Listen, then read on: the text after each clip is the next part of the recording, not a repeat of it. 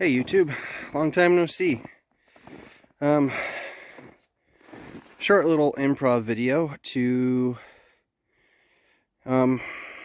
debut a project actually. I didn't really want to post any videos on this until summertime when I could actually, or at least springtime when I can actually work on it some more without freezing. But I guess Steiger, what is it? Steiger 286 or 268? I can't remember.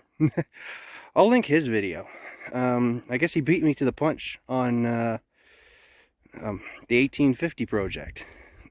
He's, funny enough, doing the exact same project that I'm currently working on.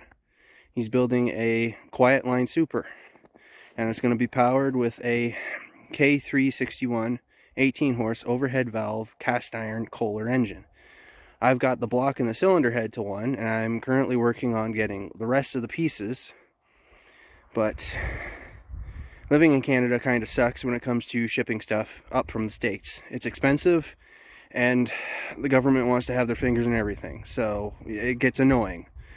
But I figured I'd take a video of what I've done so far with the frames, because a picture's worth 1,000 words, but a video's got to be worth 1,000,000.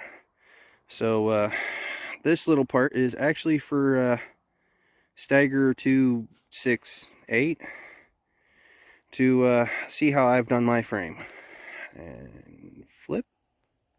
Hey, there we go. So here's the frame so far, and okay, this half of the frame is from a 1984 or 83 Cub Cadet 1872, the exact same chassis that he's starting with, and the front half where'd my finger go? Right, okay, yeah, and the front half from here forward is actually the spare chassis from a 1450. So you've got the front half of a quiet line Cub Cadet, or a spread frame, or wide frame before it became the spread frame, and you got the back half of a super. So as you can see, I've got the steering brakes that were on a super. Lovely lighting, I know. Back half with all the holes and everything. And the pan mount and everything for the rear fender is all here. I need to get the spacer for the back half, because the battery box was actually a spacer between the frame and the fender. And as you can see up here on the frame, I cut mine at an angle. Now you can barely see it under that bracket, but right here and here is the mounting holes for the quiet line dash. And if you go down underneath, you can see that everything else from there forward at that angle is the mounting for the pedals and lift assembly off the super. So it leaves everything that you desire off the super, and you have the entire front end with all that's required from the quiet line. And up in here, I cut the bracket out for the nope, falling down.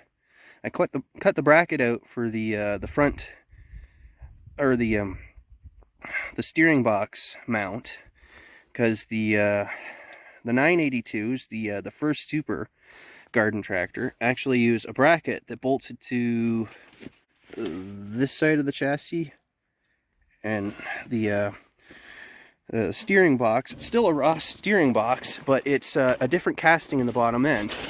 And I think, oh, of course it's frozen in. I think I got lucky, and I pulled this steering box out of a Aaron's S14G, and if I'm not mistaken, it is the same length, and it's got the same mounting holes as the super column out of a 982. So I have a few more parts to hunt down. I'd like to find the transmission for a 982, one of the cast iron ones, but I honestly have no problem just using a standard Cub Cadet transmission. I've got a couple spare hydros kicking around, one that's got hydraulic ports on it, so obviously I'm going to be using that one. because this thing, it's going to have a hydraulic lift. I'm building it so it has the quiet line hydraulic lift assembly, so it uses the quiet line mount and lift cylinder, and it just means that I have to change out, shaky cam, it just means I have to change out the one bracket on the rock shaft to use the older style hydraulic cylinder. And I'm going to be adding a pair of holes to the front end of it for auxiliary ports. Some of the 1450s and 1650s had front auxiliaries for a power tilt plow. I'm not sure if I'll try and make a power angle plow work on this machine or not, because it's going to be using a super front axle, so the whole front end is going to be sitting at least a good 3 inches taller than standard, but it should be a good project. And I'd love to take this thing down to plow day and park it right next to Steiger 268s. Oh, I am going to hate myself later when I'm editing this thing, but down next to his machine. And I know there's one other quiet line super that another guy built, and I'd love to have all 3 machines sitting right next to one another. So I'll try and post some more videos. I know I have been very bad at trying to upload lately. I've tried to do an update on the Sears 4x4 project at least 3 times this fall, and between camera issues and Mother Nature just hating me, I kind of gave up on the whole thing. But yeah, oh yeah, I'm just gonna call this it. I'm gonna say screw to editing. Yeah, stay tuned for updates. This will be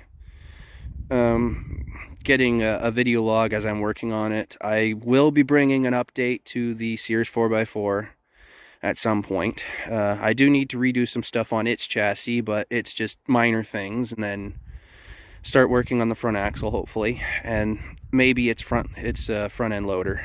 But until then, yeah, wish me luck. I can actually upload some videos and not get frustrated. But later, YouTube.